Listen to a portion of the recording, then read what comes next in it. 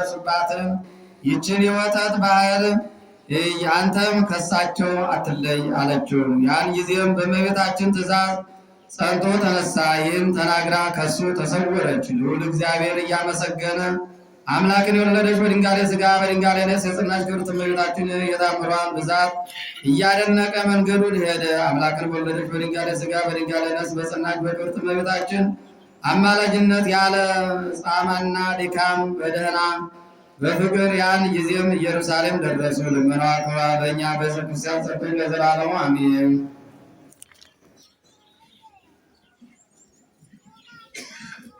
ቤታችን ረድኤት በረከት ያሳትፈን፣ ሰላም ያውለን፣ ጉባኤያችንን ይባርክልን። አቡነ ዘበሰማያት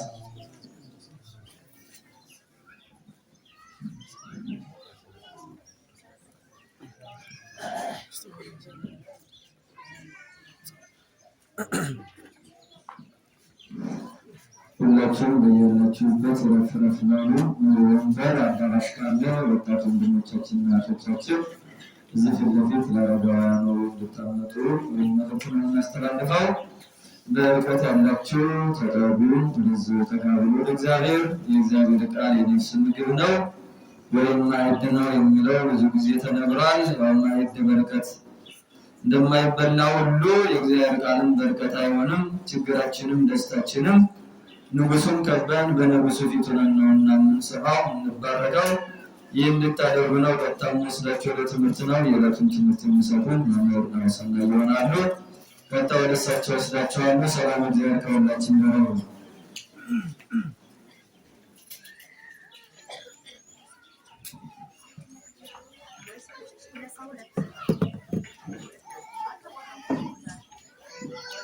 በስመ አብ ወወልድ ወመንፈስ ቅዱስ አሐዱ አምላክ አሜን። የተከበሩ አባታችን መላከ ሰላም መምህር አዲስ ሐዋርያ ታረቀኝ፣ የደብራችን አስተዳዳሪ፣ የተከበራችሁ አባቶች፣ ሊቃውንተ ቤተ ክርስቲያን፣ ወንድሞች ዲያቆናት፣ ክርስቶስ የሚወዳችሁ ክርስቶስን የምትወዱ የክርስቶስ ቤተሰቦች በልዑል እግዚአብሔር ስም ፍጹም ሰላምታ እንደምን አደራችሁ? እንደምን አረፈዳችሁ? አሜን። እግዚአብሔር ይመስገን ብለን ስምን ጠርተን እንድናመሰግነው የፈቀደልን የአባቶቻችን አምላክ ልዑል እግዚአብሔር ስሙ የተመሰገነ ይሁን። አትለየውምና እናቱ እናታችን ንጽሕተ ንጹሐን ቅድስተ ቅዱሳን ድንግል ማርያም ስሟ የተመሰገነ ይሁን። እንደ እግዚአብሔር መልካም ፈቃድ ከዚህ ዕለት ከዚህ ሰዓት ደርሰናል። አባቶቻችን ሊቃውንቱ ማሕሌቱን፣ ኪዳኑን፣ ቅዳሴውን ቀድሰው አሁን ደግሞ መጨረሻ ሰዓት ላይ ቅዱስ ወንጌሉን ሰምተን በሰላም ግቡ በሰላም ዋሉ ከሚለው ሰዓት ደርሰናልና የሰላም አምላክ ልዑል እግዚአብሔር ሁላችን እንዲያስተምረን እንዲመክረን የእርሱ መልካም ፈቃድ ይሁንልን። የታደራችሁ ከኔ ጋር ናችሁ? እግዚአብሔር ከሁላችን ጋር ይሁን። ልቡናችሁን ለተወሰነ ደቂቃ ሰብሰብ አድርጉት። መቼም ልቡና ካልተሰበሰበ አካል ቢቀመጥ ምንም አይሰራምና ለተወሰነ ደቂቃ ልቡናችሁን ለቅዱስ ወንጌል ለቃለ እግዚአብሔር ሰጥታችሁ እንድትከታተሉ እናሳስባለሁ። በሁላችሁ ከኔ ጋር ኃይለ ቃሉ ትናገሩታላችሁ። መንፈስ ቅዱስ በሉ። ሁሉን ያሳስባችኋል። እስኪ በሉት። ያሳስባችኋል። የትምህርታችን ርዕስ የሚሆነው ይህ ነው። ይህን የወንጌል ክፍል የምናገኘው በዮሐንስ ወንጌል ምዕራፍ 14 ቁጥር 23 ጀምራችሁ እስከ መጨረሻ ስታገኙት ይህንን ኃይለ ቃል ታገኙታላችሁ። ይህን ኃይለ ቃል ስናነሳ ስለ ሶስት ነገር የተነገረ ነው። ስለ ስንት አልኳችሁ? ስለ ሶስት ነገር ነው። ነገር ግን ደግሞ ዘርዘር አድርገን ስናየው ብዙ ነገሮችን ያትታል። ከነዚያ ውስጥ ግን ልናየው የፈለግነው በዚህ ወንጌል ክፍል ውስጥ የተመዘገበው ጌታችን አምላካችን ኢየሱስ ክርስቶስ ይህንን ትምህርት እርሱ ከመሰቀሉና ወደ ሰማይ ከመሄዱ በፊት ለደቀ መዛሙርቱ ክርስቶስ አምላካችን ፍቅሩንና ክብሩን የገለጠበት ነው። ምንና ምን አልኳችሁ?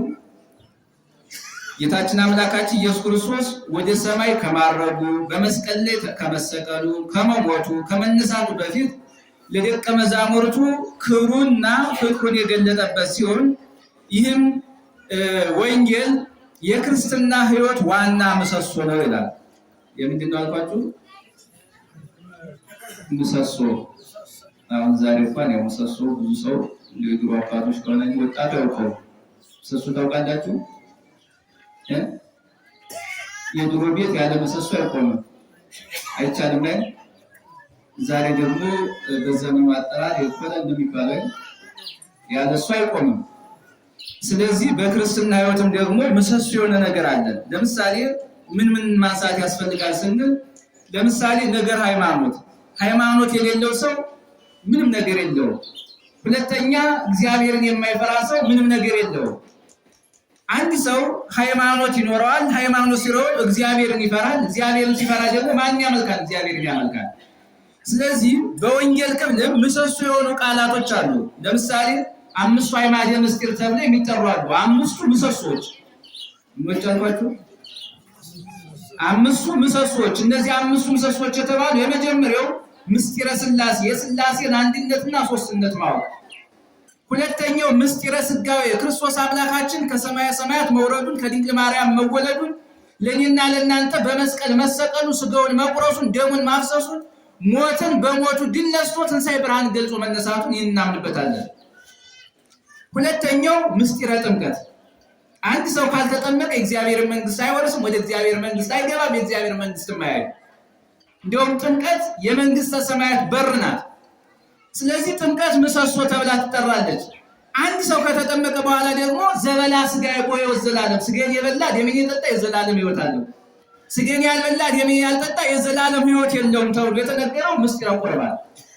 የመጨረሻው ግን ምስጢረ ሥላሴንም አምኖ ምስጢረ ሥጋዌን አምኖ ተጠምቆ ሥጋውንና ደሙን ተቀብሎ የመጨረሻ ትንሣኤ ሙታን በክብር መነሳት። ስለዚህ አምስተኛው ትንሣኤ ሙታን። እነዚህ ምሰሶች ተብለው ይጠራሉ። የቤተ ክርስቲያን ምሰሶች የምን አልኳችሁ? የቤተ ክርስቲያን ምሰሶች ወይም ደግሞ የእያንዳንዳችን የክርስቲያኖች ምሰሶች ስለሆኑ በዚህ ወንጌል ክፍልም ደግሞ ስናነሳ ዋና ምሰሶ የሆኑትን ስናነሳ አንደኛው ፍቅር ነው። ምንድን ነው አልኳችሁ? ፍቅር። ሁለተኛው እንደገና ደግሞ ታዛዥነት። ምን አልኳችሁ? ታዛዥነት። ሶስተኛውን ስናይ ደግሞ መንፈስ ቅዱስ ከኛ ጋር እስከ ዓለም ፍጻሜ መኖሩ። ስናነሳላችሁ ከማን ጋር? እስከ ዓለም ፍጻሜ ከማን ጋር መኖሩ? ከኛ ጋር መኖሩ። በዚህ ክፍል የምንመለከተው የዛሬው ወንጌል ይህንን ነው። ስለ መንፈስ ቅዱስ ስለ ባለ ጰራቅሊጦስ አልነግራችሁም። ብዙ ቀን ተማምረናል። ሳምንት ዕለትም የባለ ጰራቅሊጦስ ዕለትም ከዚያም በፊትም ብዙውን ተምረነዋል። ነገር ግን ደግሞ ዛሬ በተነገረው በዚህ ወንጌል ክፍል ውስጥ ማየት ያለብን ስናይ አንደኛው ፍቅር መታዘዝ ነው ብያችኋለሁ። ይህንን ስናነሳ አሁን በጠቀስኩላችሁ ዮሐንስ ወንጌል ምዕራፍ 14 ቁጥር 23 ጀምራችሁ አንብቡ። ይህንንም ክርስቶስ አምላካችን ሲናገር እንዲላል የሚወደኝ ቢኖር ቃሌን ይጠብቃል። ምንን ይጠብቃል? ምን የሚለኝ? የሚወደኝ ቢኖር ቃሌን ይጠብቃል፣ አባቴም ይወደዋል፣ ወደ እርሱም እንመጣለን፣ በእርሱም ዘንድ መኖሪያ እናደርጋለን አለ። አያችሁት? የሚወደኝ ቃሌን ይጠብቃል፣ አባቴም ይወደዋል። ከዚያስ በኋላ ምን አለ? ወደ እርሱም ምን እንላለን? እንመጣለን፣ በእርሱም ደግሞ ዘንድ ምን እናደርጋለን? ማደሪያ እናደርጋለን። እኔና እናንተ የማን ማደሪያ? የመንፈስ ቅዱስ ማደሪያዎች። አያችሁት? ይህ መንፈስ ቅዱስ በሕይወታችን ሲያድር ተስፋ የሚያስቆርጠን ተስፋችን ይለመልማል። ሰላም የሚያሳጣን ሰላም እናገኛለን። ፍቅርን ትዕግስት የሚነሳን ፍቅርና ትዕግስት እናገኛለን። ስለዚህ አንድ ሰው የመንፈስ ቅዱስ ማደሪያ ሲሆን ሕይወቱ የተደላደለ ነው። ሕሊናው ሁሉ ለእግዚአብሔር የሚታዘዝ ነው። ልቡናውን ለእግዚአብሔር ይሰጣል። አይምሮው ለእግዚአብሔር ይታዘዛልና ወደ እርሱ እንመጣለን፣ እናድርበታለን። ይህ ክርስቶስ አምላካችን ለማን ነው? ለደቀ መዛሙርቱ ነው የነገረው። ከዚያም በኋላ ጌታ ኢየሱስ ክርስቶስ ምን አለ? ለእርሱ ያለንን ፍቅርም የምንገልጥበት ዋናው መንገድ ስሜት ሳይሆን ምንድነው? ፍቅር ነው። ምንድነው አልኳችሁ? አሁን ዛሬ ላይ ብዙውን ስናይ የስሜት ሃይማኖት የስሜት እምነት ያለው ብዙ ወጣት ተነስቷል። እውነት ነው የምነግራችሁ። ስሜተኛ የሆነ ልክ ይሄ የብረት ድስት ውሃ ታውቃላችሁ፣ እሳት ሲገባበት የሚፈላ እሳቱ ሲጠፋ ደግሞ የሚቀዘቅዝ እንዲህ አይነት ክርስትና አለ። ይህ አይነት ክርስትና አያስፈልግም። በአንድ ዘመን ማቴዎስ የሚገርማችሁ ነገር የፍልስጤም ሰዎች ወንጌል የማቴዎስን ወንጌል ሲጽፍ እና እስኪ የጌታ የኢየሱስ ክርስቶስን ከሰማየ ሰማያት መውረድ ከድንግል ማርያም መወለድ እስኪ ቆጥረ ስፍራ አሳየን ሲሉት ማቴዎስ እንደ ብረት ድስት ውሃ ተነሳና ተቆጥቶ ተበሳጭቶ ምን አለ? ወልደ አብርሃም ወልደ ዳዊት፣ አብርሃም ይስሐቅን ወለደ፣ ይስሐቅ ያዕቆብን ወለደ እያለ እስከ ክርስቶስ ቆጥሮ ነገራቸው ይላል። እና ክርስትና የብረት ድስት ውሃ መሆን የለበትም፣ ስሜታዊ መሆን የለበትም። እና ክርስቶስ አምላካችን ፍቅሩን ሲገልጽልን በስሜት አይደለም። እና ክርስቶስ ይህንን ሲያስተምረን እውነተኛ ፍቅሩን በተግባር እንዳሳየን። ምን አልኳችሁ? እንደው የክርስቶስን ፍቅር ስናስብ እናት ልጇን ልትወድ ትችላለች፣ አባት ልጁን ሊወድ ይችላል። ግን ከክርስቶስ ፍቅር አይደርስም። እናት ምግብ ልትመግበው ትችላለች፣ እናት ጡቷን ልታጠበው ትችላለች፣ እናት ከልብሷ ልታለብሰው ትችላለች፣ እናት ከእርሷ ቀንሳ ልታጎርሰው ትችላለች። ግን ከክርስቶስ ፍቅር አይደርስም። ለምን? የክርስቶስን ፍቅር ስናይ ስጋውን ቆርሶ እንኩ ብሎ ያለ። እናት ልጇን ብትወድ ስጋውን ቆርሳ ትሰጣለች? ይቻላል? እናቶች ልጆቻችሁን ተወዷቸዋላችሁ፣ ስጋችሁን ቆርሳችሁ ግን ትሰጧቸዋላችሁ? አይቻልም። አይ ክርስቶስ አምላክ ግን ፍቅሩን የገለጸው በተግባር። ለምን? ስጋውን ቆረሰ፣ ደሙን አፈሰሰ። ስጋውን ከቆረሰ ደሙን ካፈሰሰ በኋላ ደግሞ ምን አለ? ኑ ብሉ ጠጡ። አላያችሁ? የክርስቶስ ፍቅር እስከ ሞት ድረስ ነው። መቼም አሁን በዘመናችን ፍቅር የሚባል ብዙ ነገር ሊኖር ይችላል። ነገር ግን ጊዜ ሲከደው ያ ፍቅር ይቀዘቅዛል። መከራ ሲመጣ ያ ፍቅር ይቀዘቅዛል። ሰላም ሲታጣ ያ ፍቅር ይቀዘቅዛል። ሞት ሲመጣ ያ ፍቅር ይቀዘቅዛል። የክርስቶስ ፍቅር ግን የማይቀዘቅዝ፣ ጠፍተን እኛን ሊፈልግ የመጣ፣ ሙተን እኛን ሊያነሳ የመጣ፣ ወርቀን እኛን ሊያነሳ የመጣ፣ ሰላማተን እኛን ሰላም ሊሰጥ የመጣ፣ በሞቱ ሕይወት ሊሰጥ የመጣ የክርስቶስ ፍቅር ነው። እና የክርስቶስን ፍቅር ስናይ በተግባር በታዛዥነት ይገለጣል። ቃሉን ስንጠብቅ ደግሞ የሚገርመው መለኮታዊ ተስፋ ተሰጥቶናል። ምን አልኳችሁ? ተስፋ የሉቃስ ወንጌል ምዕራፍ 24 ቁጥር 51 ጀምራችሁ ስታነቡ ምንድን ነው ያላቸው? በኢየሩሳሌም ቆዩ፣ ከሌካርያ መንፈስ ቅዱስን የሚያጽናና ምን እላችኋለሁ? እልክላችኋለሁ። አያችሁት? መጀመሪያ ክርስቶስ ምን አላቸው? ትእዛዝ አዘዛቸው። ከዚያ ተስፋቸውን ነገራቸው። እኔና እናንተም እኮ በዚህ የተሰበሰብነው ተስፋ ስላለን ነው። የኔና የእናንተ ተስፋ ማናት ካላችሁ መንግስተ ሰማያት። የነቢያትን ተስፋ ስናይ ክርስቶስ ይመጣል ብለው ክርስቶስን ተስፋ ያደርጉ ነበር። እንዲሁ በዚህ በማቴዎስ ወንጌል ምዕራፍ 11 ላይ ቅዱስ ዮሐንስ ደቀ መዛሙርቱን የክርስቶስን መምጣት ሂዱና አረጋግጡ ብሎ ሲልካቸው እና እነዚህ ደቀ መዛሙርቶች መጡና እንዳሉት አንተ ማን ወይስ እስራኤል ከሰማየ ሰማያት ወርደ ከድንግል ማርያም ተወልደ ታድናለህ ተብለህ እስራኤል ተስፋ የሚያደርጉ የእስራኤል መድኃኒት የእስራኤል ተስፋ ነው አሉት። ከዚያ ክርስቶስ አምላካችን መለሰና እንዲህ አላቸው፣ ሂዱና ያያችሁትን የሰማችሁትን ለዮሐንስ ንገሩ። ከዚያ ዕውራን ያያሉ፣ ሙታን ይነሳሉ፣ ለምጻም ይነጻሉ፣ ጎባጣ ይቀናሉ፣ አጋንንት ይወጣሉ ብላችሁ ለዮሐንስ ንገሩት አለና ወብፁዕ ዘይታቅፈብየ በእኔ የማይሰነካከል ብፁዕ ነው አለ። በማን አልኳችሁ? በእኔ የማይሰነካከል። ስለዚህ ክርስቶስ አምላካችን ይህንን ተስፋ ሰጥቶናል። ነቢያት የክርስቶስን መምጣት ተስፋ አድርገዋል። እኔና እናንተ ደግሞ የክርስቶስን ዳግም መምጣት መንግስተ ሰማያትን ተስፋ እናደርጋለን። ክርስቶስ ዳግመኛ ካልመጣ መንግስተ ሰማያትን አወርሳትም። ይህ ዓለም ካላለፈ መንግስተ ሰማያት አትተካም። አሁን አንዳንድ ጊዜ መንግስተ ሰማያትን እናፍቃለን፣ የእግዚአብሔር መንግስት ለመውረስ እንቸኩላለን። ሞት ስንባል ደግሞ እንፈራለን። የእግዚአብሔር መንግስት የምትወረሰው ደግሞ በሞት ነው። በምን አልኳችሁ? የዚህ ዓለም መንግስት በህይወት ነው፣ ያችኛዋ መንግስት ደግሞ በሞት ነው። አንድ ሰው ካልሞተ የእግዚአብሔር መንግስት አይወርስም። ለዚህ ሐዋርያው ቅዱስ ጳውሎስ ሲናገር እንዲህ ይላል፣ ከዚህ በፊት የሞቱ እኛን ቀድመው መንግስተ ሰማያት አይገቡም፣ እኛም ደግሞ በህይወት ሙታንን ቀድመው መንግስተ ሰማያት አንገባም። የሚገርመው ሙታን ከዚህ በፊት የሞቱ ቀድመው መንግስተ ሰማያት አይገቡም። በህይወተ ስጋ ያለነው ደግሞ ሙታንን ቀድመን አንገባም። ነገር ግን ደግሞ አንድ ሆነን ወደ መንግስተ ሰማያት እንገባለን። እና ይሄ ወንጌል ይህንን ይነግረናል ክርስቶስ አምላካችን የተናገረው። ሌላው ስናይ ቅዱስ ዮሐንስ ወንጌል ምዕራፍ 5 ቁጥር አንደኛ ዮሐንስ ምዕራፍ 5 ቁጥር 3 ላይ ገብታችሁ ስታነቡት ትእዛዛቱን ልንጠብቅ የእግዚአብሔር ፍቅር ይህ ነውና ትእዛዛቶቹ ከባዶች አይደሉም ማለት እንዴት አይደሉም? እንዴት አደራችሁ? ሰማችኋል አላችሁ? እግዚአብሔር ከሁላችን ጋር ይሁን። እና ቅዱስ ዮሐንስ ሲናገር የእግዚአብሔር ትእዛዛቶች ምን አይደሉም? ከባዶች አይደሉም። ክርስቶስ አምላካችንም በማቴዎስ ወንጌል ምዕራፍ 11 ቁጥር 27 ገብታችሁ ስታነቡት ምንድን አለ? እናንተ ሸክማችሁ የከበደባችሁ ኑ ወደ እኔ አሳርፋችኋለሁ አለና ከዚያም በኋላ ሸክሜ ቀላል ናት፣ ምንድን ናት? ቀንበሬም ልዝብ ናት። ክርስቶስ አምላካችን ቅዱስ ዮሐንስ የተናገረውን ደግሞ ምን አለ? የክርስቶስ ሕጉና ትእዛዙ ከባድ አይደለም። አሁን ከባድ የሚሆነው ለማይሰራው ሰው ከባድ ነው፣ ለማይተገብረው ሰው ከባድ ነው፣ በአፍ ብቻ ለሚናገረው ሰው ከባድ ነው። በሕይወት ለሚኖረው ደግሞ ለቅዱሳን ቀላል ነው። ለነ ቅድስት አርሴማ፣ ለነ ቅዱስ አቡነ ሀብተ ማርያም፣ ለጻድቁ አባታችን ለነ አቡነ ተክለ ሃይማኖት፣ ለነ ገብረ መንፈስ ቅዱስ፣ ለነ ሕፃኑ ቂርቆስ፣ ለነ ቅዱስ ዮሐንስ በቃሉ ለተመሩ በወንጌሉ ለሚኖሩ ደግሞ ቀላል ነው እና ክርስቶስ አምላካችን ይናስቀምጧል። ቅዱስ ያዕቆብም በመልእክቱ ምዕራፍ 1 ቁጥር 22 ላይ ገብተን ስናነብ ቃሉን የምታደርጉ ሁኑ እንጂ ራሳችሁ እያታለላችሁ የምትሰሙ ብቻ አትሁኑ በማለት ቅዱስ ዮሐንስ ይናገራል። አያችሁት?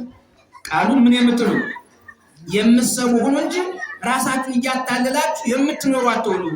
ስለዚህ የእግዚአብሔር ቃል በማታለል አይኖርም፣ በመስማት ነው የሚኖረው፣ በእውነት ነው የሚኖረው፣ በተግባር ነው የሚኖረው፣ በመተግበር ነው የሚኖረው፣ በመፈጸም ነው የሚኖረው እና ቅዱስ ዮሐንስ ይህንን አድርጓል። ሁለተኛው መንፈስ ቅዱስ ከኛ ጋር እንዴት ያድራል ስንል እግዚአብሔር አምላካችን ኢየሱስ ክርስቶስ ቅድም የነገርኳችሁን ርዕስ ምን ይላል? አብ በስሜ የሚልከው መንፈስ ቅዱስ ግን የሆነውን አጽናኝ እርሱ ሁሉን ያስተምራችኋል፣ እኔም የነገርኳችሁን ሁሉን ያሳስባችኋል። የትምህርት ርዕስ እንዴት ነበረ? ሁሉን ምን ይላችኋል? አዎ እየረሳ ነው። አሁን መንፈስ ቅዱስ በውስጣችን ቢያድር የተነገረውን አንረሳ። እውነት ይሄ ዝንጓን የምንባል ልቡናችን የሚበተንበት ምክንያቱ ምንድነው ካላችሁ ይሄ መንፈስ ቅዱስ በውስጣችን አላደርስ ይላል። መንፈስ ቅዱስ የሚገርማችሁ ደግሞ መንፈስ ቅዱስ ምንም ኃጢአት ብንሰራ አይለይም፣ ፈጽመን ስንክደው ብቻ ይለያል። ኃጢአት በመስራት መንፈስ ቅዱስ አይለይም። ነገር ግን ደግሞ ከሃይማኖት ስንወጣ ማተባችን ስንበጥስ ሃይማኖታችን ስንክድ መንፈስ ቅዱስ ይለያል። እንደውም በዚህ በማቴዎስ ወንጌል ምዕራፍ 3 በትርጓሜ ሲያስቀምጥ አንድ ባይታዊ ነበር፣ መነኩሴ ነበር ይላል እና ይሄ መነኩሴ ከዕለታት አንድ ቀን ካህነ ጣዖት የሚባል የእሱ ሴት ልጅ ነበረችውና ይችን ሴት ልጅ ሲያይ በአጸ ዝሙት ተነደፈ ይላል። መቼም ሰይጣን በብዙ ነገር ይነድፈናል። በገንዘብ ልቡናችን ይወገዋል፣ በሐሜት ልቡናችን ይወገዋል፣ በዘረኝነት ልቡናችን ይወገዋል፣ በቂመኝነት ልቡናችን ይወገዋል። ሰይጣን ክፉ ነው፣ የማይመጣበት መንፈስ የለም። በስስት ይመጣል፣ በትዕቢት ይመጣል፣ በዘረኝነት ይመጣል፣ በአድመኝነት ይመጣል። እንዲሁ ደግሞ ከልቡናችን ክፉ ሀሳብ እንድናመጣ ያደርጋል እና ይህ ባይታው የሚገርማችሁ መነኩሴው ከዕለታት አንድ ቀን የካህነ ጣዖቱን ልጅ አየና በአጸ ዝሙት ተነደፈ እና በአጸ ዝሙት ተነደፈና ልጅቷን ቀረባለና እንዲሁ እባክሽ ላግባሽ አላት። ከዚያ ይህች ልጅ አይ እኔ አይደለሁም የምፈቅደው እናትና አባቴ ናቸው ፈቃጆች፣ ስለዚህ እነሱን ጠይቃል። የዛሬን ያደርገውና የዛሬው ያው ለክርስትናው ወይ ለምን ነው እንደሳይ እንደ ዛሬ ሰርጉን ተወት፣ ለሰርጉ ቀርቷል። ብዙ ያው ሲወለድ ነው የምናውቀው። እግዚአብሔር አምላክ ከዚህ ነገር ይሰውራል። አባት እናት ያለበት እኮ ህይወት ጥሩ ነው። ለጥፋቱም ለመልካም ነገርነቱ የእናት አባት መኖር ለልጆች በጣም ይጠቅማል። አሁን ብዙ ጊዜ ብዙ ወጣቶችን ስታዩ እናት አባታቸውን አያማክሩ። ነገሩ ጉዳዩ ከተፈጸመ በኋላ ደግሞ በጭንቀት ራሳቸውን ያጠፉ ብዙ ትውልዶች አሉ።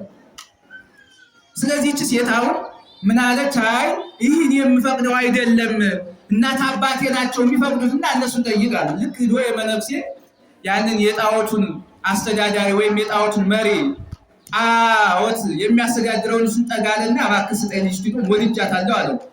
ከዚያ ይህ ደግሞ የጣዖት አጣኝ ምን አለው? አይ እስቲ ቆይ ፈጣሪ ልጠይቅ አለ። በዚህ ሰዓት ወደ ጣዖት ቤት ገባና ሲጠይቅ በጣዖቱ ላይ ያደረ ሰይጣን ምን አለው? አይ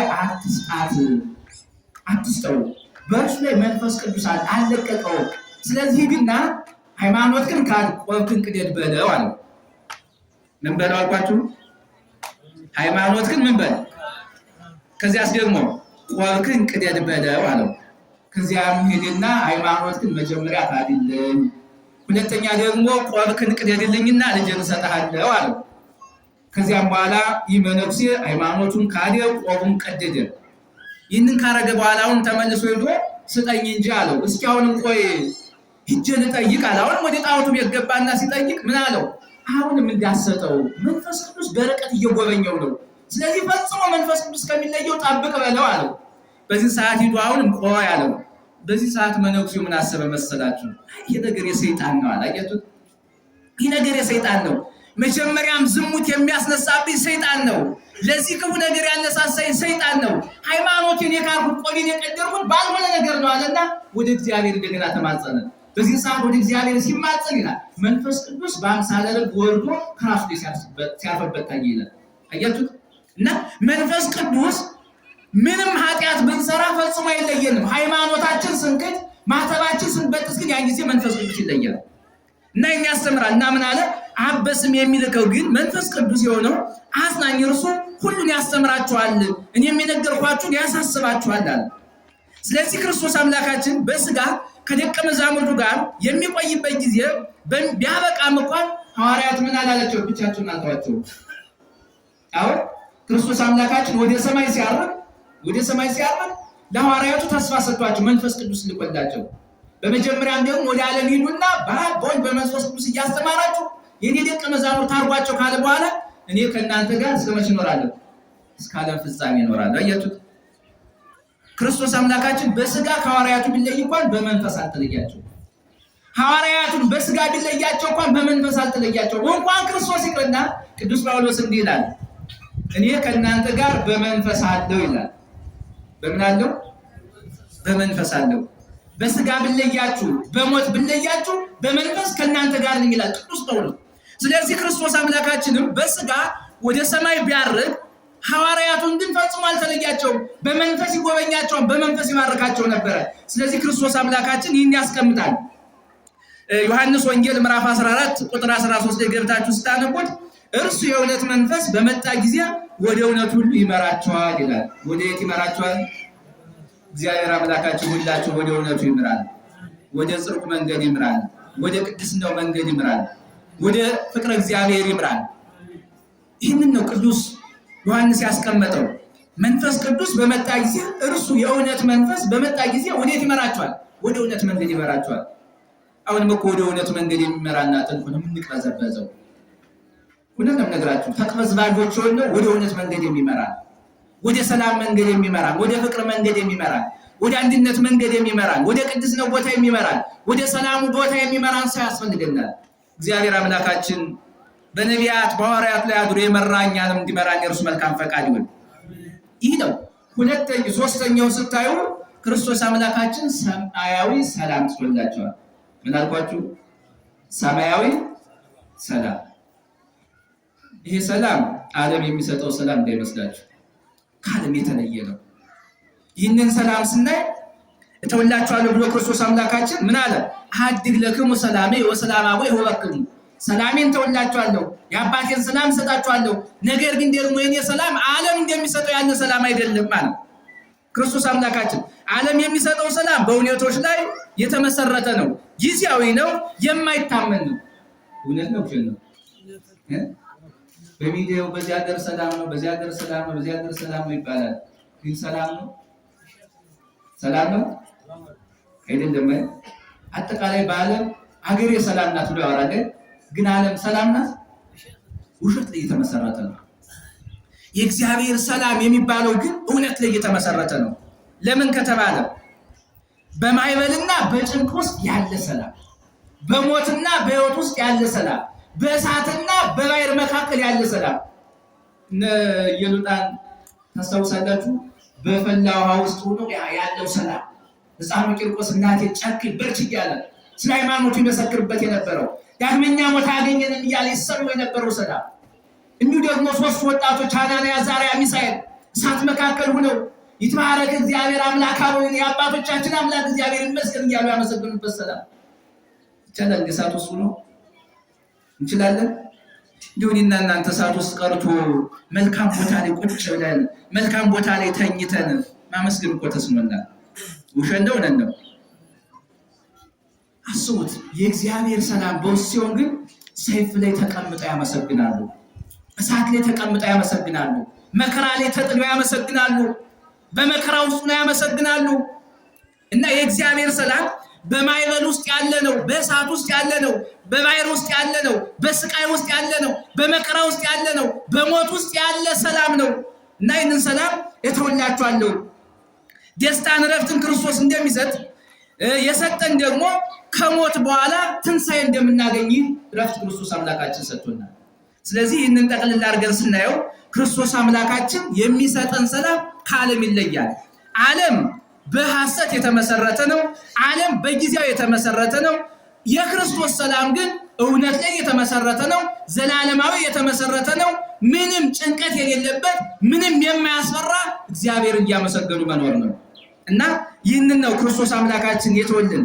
ቅዱስ ጳውሎስን በፊልጵስዩስ መልእክቱ ምዕራፍ 4 ቁጥር 7 ላይ ገብታችሁ ስታነቡ በነገሩ ሁሉ በጸሎት በምልጃ ከምስጋና ጋር ልመናችሁን በእግዚአብሔር ፊት አስታውቁ እንጂ ይላል። በአንዳች አትጨነቁ፣ አይምሮን ሁሉ የሚያልፍ የእግዚአብሔር ሰላም ልቡናችሁንና ሐሳባችሁን በክርስቶስ ኢየሱስ ይጠብቃል። በማን ይጠብቃል አልኳችሁ? አያችሁት? አሁን ቅዱስ ጳውሎስ ምን አለ? በመከራም መጀመሪያ በነገሩ ሁሉ በጸሎትና በምልጃ ከምስጋና ጋር ልመናችሁን በማን በእግዚአብሔር ፊት አቅርቡ አለ። በማን ፊት አቅርቡ? በእግዚአብሔር ፊት። ከዚያስ በኋላ ምን አለ መሰላችሁ? በአንዳች አትጨነቁ። ይኸው ግን ተጨንቀን ያተረፍነው ነገር አለ? አትርፈናል? ሁሌ እንጨነቃለን፣ ሁሌ በጭንቅ እናስባለን።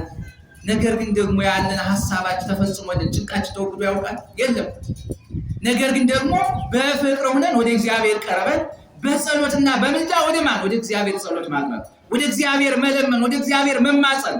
የሰላም አምላክ ሰላም ስጠን፣ የፍቅር አምላክ ፍቅሩን ስጠን፣ የአንድነት አምላክ አንድነቱን ስጠን፣ የትዕግስት አምላክ ትዕግስቱን ስጠን፣ መተሳሰቡን አድለን ብለን ወደ ማን? ወደ እግዚአብሔር እንጸልያለን።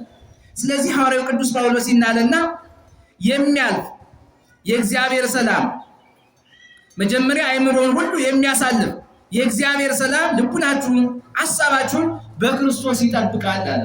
እግዚአብሔር አምላካችን ልቡናችን በክርስቶስ ይጠብቅልን። ይህን ነው እንግዲህ ቅዱስ ጳውሎስ ያስቀመጠው ሮሜ ምዕራፍ 5 ቁጥር 1 ላይ ገብታችሁ ስታነቡ እንግዲህ በእምነት ከጸደቅ በእግዚአብሔር ዘንድ በጌታችን በኢየሱስ ክርስቶስ ሰላምን እንያዝ አለ። ምን እንያዝ? አያችሁ፣ እንደውም ሰላምን ስናነሳት ቀለል አድርገን ስናገራት ቀላላት አይደል? በዚህ ዓለም በዶላርም በሉት በምንም በሉት የማይገዛው ማን ነው ካላችሁ ሰላም ነው። ባይለጸገው በባይለጸግነቱ የማይመካበት ምንድነው ካላችሁ ሰላም መታጣት ነው። ድኸው በድህነቱ ሰርቶ የማይኖርበት ሰላም መታጣት ነው። ለሰላም ዋጋው ብዙ ነው። አሁን የክርስቶስን ሰላም ከዚህ ዓለም ሰላም ስናነጻጽር በዚህ ዓለም 30 60 80 70 እንደው እግዚአብሔር የሰጠው 90 ዓመት ኑሮ ሊሞት ይችላል። የክርስቶስ ሰላም ግን 5500 ዘመን ሰላም አጥቶ ለነበረው ሁሉ ሰላም የሰጠ፣ በጨለማ ውስጥ ይኖሩ ለነበሩ ሰላም የሰጠ፣ በሞት ውስጥ ይኖሩ ለነበረ ሰላም የሰጠ፣ በመከራ ውስጥ ይኖሩ ለነበረ ሰላም የሰጠ፣ በእሳት ውስጥ ይኖሩ ለነበረ ሰላም የሰጠ፣ አጋንንት በእግሩ እየተቀጠቀ ያስጨንቃቸው ለነበሩ ለእነ አዳም ሰላም የሰጠ። እውነት ነው የምነግራችሁ። ይህንን ሰላም አስቡት እና ይህንን ሰላም ከዚህ ዓለም ሰላም ጋር ማነጻጽሩት። ሰላም ዋጋው ብዙ ነው፣ ትልቅ ነው። ስለዚህ እኔና እናንተ እንደውም አባቶች ካህናት እኮ ምንድነው እያሉ ጸልዩት? አባ ሰላም ለሀገሪቱን ኢትዮጵያ፣ አባ ሰላም አቤቱ እግዚአብሔር አምላክ ሆይ ለሀገራችን ለኢትዮጵያ ሰላም ስጣት ይላል። ምን ስጣት? እግዚአብሔር አምላካችን ሰላሙን ያድልልን። ሰላም ከሌለ እናንተ እዚያ ተሰበሰቡ፣ እኛም እዚህ ቁመን አናስተምርም። ቀዳሾች የሉም፣ አስቀዳሾች የሉም። ወንጌል ሰባኪ የለም፣ ተሰባኪ የለም። ዘማሪ የለም፣ እልል ባይ የለም። እውነት ነው ግን ያለ ሰላም ወንጌል ይሰበካል? ያለ ሰላም ቅዳሴ ይቀደሳል? ያለ ሰላም ማስቀደስ ይቻላል? አይቻልም። ስለዚህ ስለ ሰላም መጸለይ ያስፈልጋል። ስለ ሰላም እግዚአብሔርን ከንባ ጋር መማፀን ያስፈልጋል። ስለ ሰላም ወደ እግዚአብሔር በተሰበረ ልብ መለመን ያስፈልጋል እና ቅዱስ ጳውሎስ ያስቀመጠ የመጨረሻው አራተኛው ግን ክርስቶስ አምላካችን መጨረሻው ላይ ገብታችሁ 30 ላይ ስታነቡት ዓለምን እንዳሸነፈ ድነሽነትን አስተምሮናል። ምን አልኳችሁ? ድነሽነት ዓለምን እንደምናሸንፈው፣ ዓለምን ድል እንደምንነሳው፣ በክርስቶስ ሆነን የሚዋጋን ክፉ መንፈስ እንደምናሸንፈው፣ በክርስቶስ ሆነን የሚዋጋንን ክፉ ሰይጣን እንደምናሸንፈው ክርስቶስ አምላካችን ዓለም የዚህ ዓለም ጠላት ይመጣል፣ ነገር ግን አያሸንፈኝም ብሎ ተናግሯል። በዮሐንስ ወንጌል ላይ እኮ ምዕራፍ 16 ላይ ቁጥር 35 ላይ ገብታችሁ ስታነቡ እንደሚል ኃይለ ቃል አስቀምጧል። ክርስቶስ አምላካችን በዓለም ሳላችሁ መከራ አለባችሁ፣ ነገር ግን እኔ ዓለም እንዳሸነፍኩ እናንተም ዓለም ታሸንፋላችሁና ደስ ይበላችሁ ብሎ ክርስቶስ አምላካችን አስቀምጧል። ስለዚህ ክርስቶስ አምላካችን ያስተማረን ፍቅርን፣ ትእዛዝን፣ መንፈስ ቅዱስን እንደሰጠን እንዲሁ ደግሞ ሰማያዊ ሰላም እንደሰጠን የመጨረሻው ግን በክርስቶስ ሆነን ዓለም እንደምናሸንፍ በክርስቶስ ሆነን ሁሉን መቋቋም እንደምንችል ያስተማረበት ርዕስ ነውና የመከረን ያስተማረን የአባቶቻችን አምላክ ልዑል እግዚአብሔር ስሙ የተመሰገነ ይሁን። ወስብሐት ለእግዚአብሔር።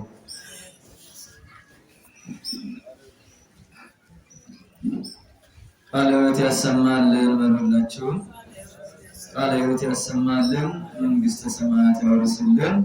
እኛም በሰማነው 30 እና 60 ዓመት ለማረፍ እንድናፈራ የአምላካችን የልዑል እግዚአብሔር ቅዱስ ፈቃድ ይሆንልን። መምህራችን መንፈስ ቅዱስ ሁሉም ምን ይላችኋል ነው ብለው ያስተማሩ ያሳስባችኋል። መንፈስ ቅዱስ መልካሙን የሆነ ከእግዚአብሔር ጋር የሚያገናኘውን ያሳስባል። ሰይጣን ደግሞ ጅብጅብ ነገር ነው አይደል? ሰይጣን በግራ መንፈስ ቅዱስ በቀኝ። አዎ በቀኛው በቀናው ኃይል መዋዕነት ባለ ይላሉና መድኃኒዓለም ሁላችንም በቀኙ ያቆመን።